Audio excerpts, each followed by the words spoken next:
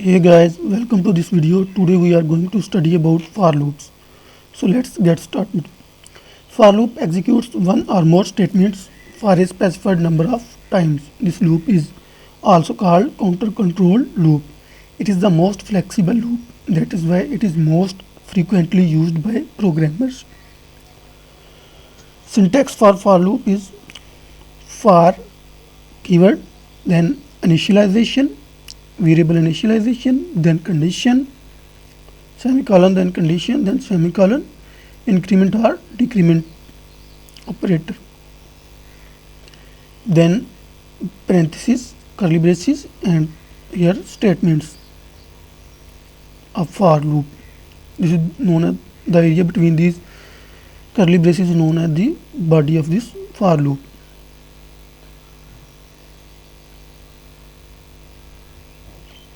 See, first variable initialization, then condition, and then increment or decrement operator. Now let's see how the control will flow through the for loop. First of all, control will come on initialization, then it will check the condition. If the condition is true, then the loop body will be executed, and then increment or decrement,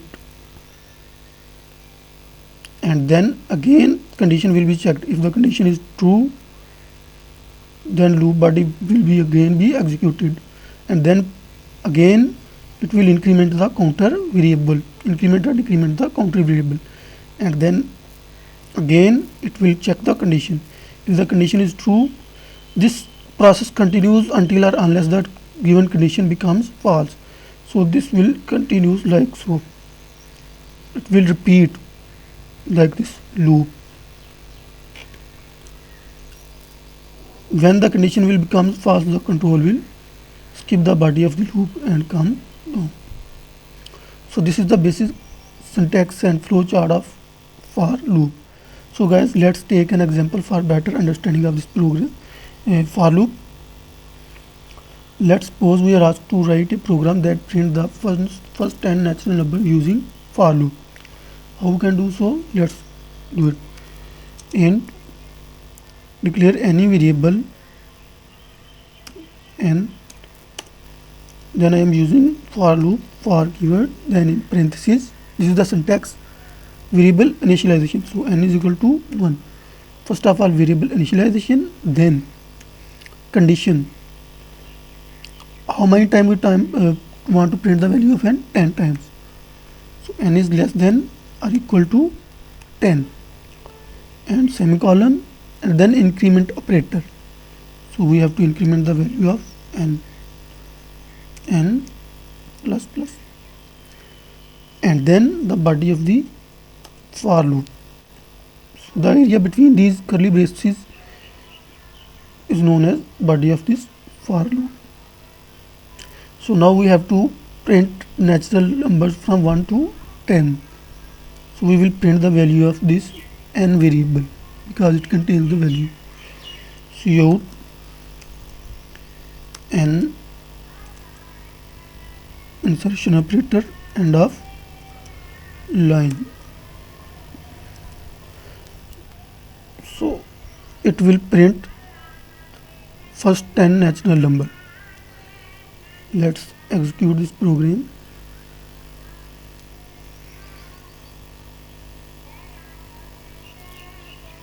See, it has printed first 10 natural number. Now let's execute this program statement by statement. So first of all, we have declared a variable n. Declaration means specifying the variable name and its data type. So this is variable declaration. Then for keyword, and this is the syntax of using for loop. For keyword, then initialization, then condition, and semicolon after increment or decrement, and then the body of the loop. This is the syntax for loop. So for keyword, then we have declared n variables. For we are initializing it with 1. Why? Because we have to print first 10 natural numbers. Then, so the first control will come here, and it will initialize the value of n to 1. So n now contains 1. Then control will come on this condition. N is less than 10? Yes. 1, because n contains 1, so 1 is less than 10? Yes. So the condition is true, control will enter the body of the loop. So control will come here and here the value of n will be printed. So n contains 1, so 1 is printed on the console window. Cout, console out. It means it will print the content on the console window. So n value of 1 contains 1, so n1 is printed on the console window. Next line, and then control will come to this increment. So value of n will be incremented by 1, then control will again check the condition. Now n becomes 2, 2 is less than 10, yes. So 2 is printed. See here flow chart, the flow. First initialization, then condition. So first we have initialized variable, then condition. Now the control will check the condition and then loop body. See, condition is true, then loop body. So see, we have initialized n equal to 1 and n is less than 10. Yes, 1 is, because n contains 1, 1 is less than 10, so it will enter the loop body. Remember this flow. First initialization, then it will check condition. If condition is true, then it will enter the body of the loop. Because this condition is true, 1 is less than 10, so the loop control will enter the body of the loop and 1 is printed on the console window. And then see, in after body, control will go to increment or decrement operator. So now after printing 1, the control will go to this increment operator and increment the value of one variable n by 1. So 1 plus 1, 2. So n becomes 2. Now see again. Now the control will again go to the condition. See, this is the flow. Arrow line specify the flow. So the control will again go to this condition. If it will check the condition. If condition true, so it will again enter the body of the loop. If condition is false, then it will exit from the loop. So see, now the control will again check the condition. 2 is less than 10, yes. So 2 is printed on the console window. So this is the flow. Similarly, it will print up to 10. Now control will again come here and contains 2, 2 plus 1, 3. Again 3 is less than 10, yes. So 3 is printed on the console window. And next line, n plus plus, n becomes 4. 4 is less than 10, yes. So 4 is printed on the console window. 5, 6, 7, 8, 9, and 9 is printed on the console window. Similarly, n contains 9, 9 plus 1, 10. So n contains 10, 10 is less than 10, no. 10 is equal to 10, yes, 10 is equal to 10. So condition again becomes true, so 10 is printed on the console window. Now again increment.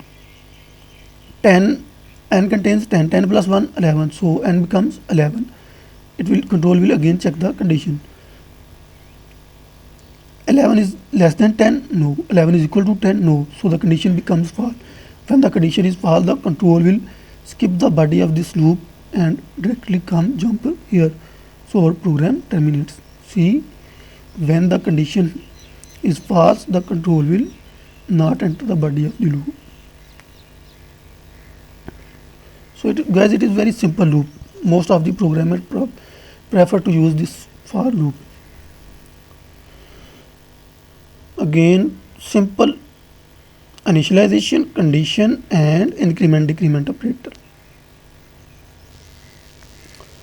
So guys, let's take another example.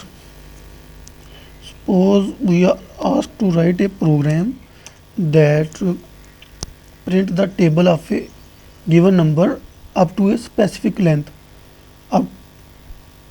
User will specify the length up to 10, 20, 50.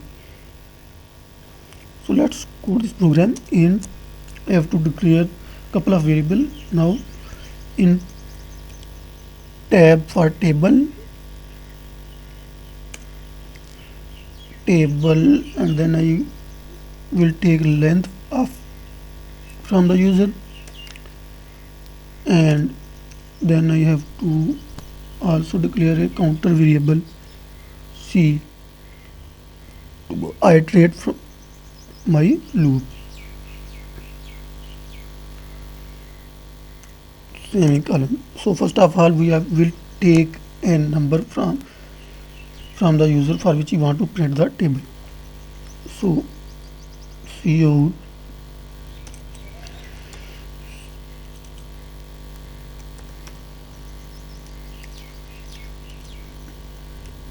enter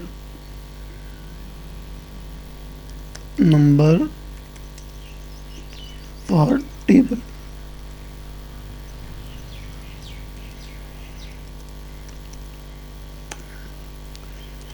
We will take input from the keyboard scene tab. Next we have to take the length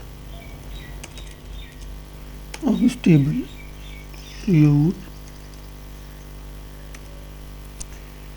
enter length of table.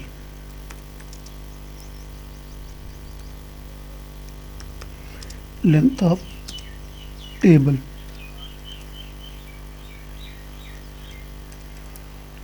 Insert selected and end of scene. Now we have to take input. For length we have declared this variable. Now we will use for loop to print the table of the number given by the user. So for keyword, then parenthesis, and in parenthesis first we have to initialize our counter variable to 1, then semicolon, condition c is less than or equal to where up to length. We want to print it up to the length, then increment operator. So we have to increment our this counter variable, and then in parentheses curly braces we will print the table. So cout we have to print the table tab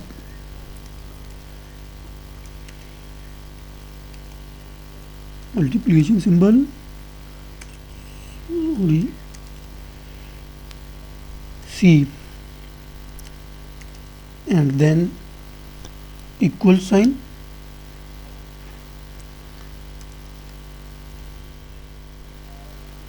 and then tab multiplied by C, end of line. So this is a simple logic to print the table of a given number. Let's execute this program.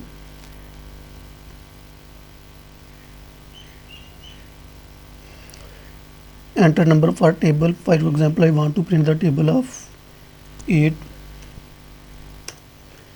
Enter the length of the table. I want to print the table up to 50. So see, the table is printed up to 50.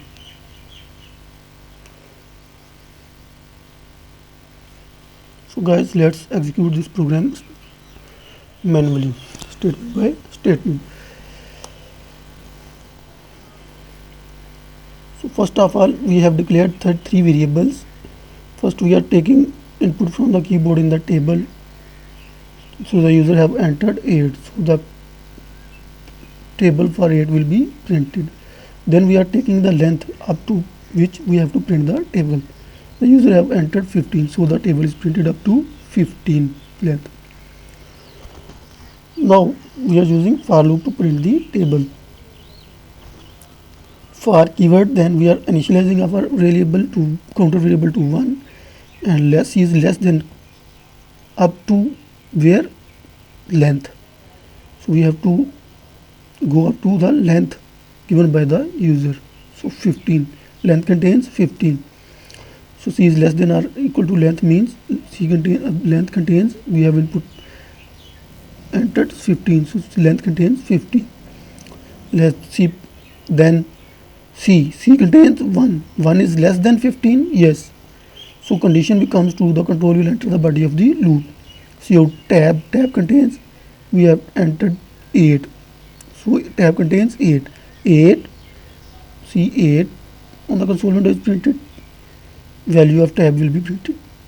And then double quotes asterisk, so it will be printed same because it is in double quotes. So asterisk is printed. Then C contains 1. So 1 is printed on the console window. Then double quotes equal sign is printed, and then tab multiplied by C. So this will actually multiply the 8 by 1. So 8 multiplied by 1 is equal to 8. So the result is 8. So 8 is printed here. New line, and then control will go to this increment operator. C++. C contains 1. 1 plus 1, 2. So now C becomes 2. Then control will again check the condition. 2 is less than 15. Yes. So tab contains 8. So 8 is printed. Then asterisk is printed. Then C contains 2. Now C contains 2. 2 is printed. Then equal sign is printed. Then 8 multiplied by 2, 16. So the 16 is printed on the console window. And end of line. So new line will be started on console window. So the next output will become on next line. So again the control will go to this increment operator. N contains 2, 2 plus C contains 2, 2 plus 1, 3. So value of C becomes 3. Again 3, C contains 3, 3 is less than 15. Yes. So this condition becomes true. So the control will enter the body of the loop and execute this statement. Tab contains 18 multiplied by a multiplication symbol is printed, double quotes, and then value of C is printed, which is 3 now, and then equal sign is printed, and then 8 multiplied by 3, 24 is printed on the console window. So 8 multiplied by 3 is equal to 24. So 24, its result will be printed on the console window. So 24 is printed. Next line, and again control next line, and loop our loop is terminating. So the control will again come on this increment. So 3 plus 1, 4. So value of C becomes 4. 4 is less than 15. Yes. So again tab contains 8, multiplication symbol 4, and equal symbol is printed. Then 4 multiplied by 8 multiplied by 4, which is 32. So this is printed 32 on the console window. Again next line, loop is terminating here. So the control will again go to this increment operator. 4 plus 1, C becomes 5. 5 is less than, C is less than 15. Means C contains 5. 5 is less than 15. Yes.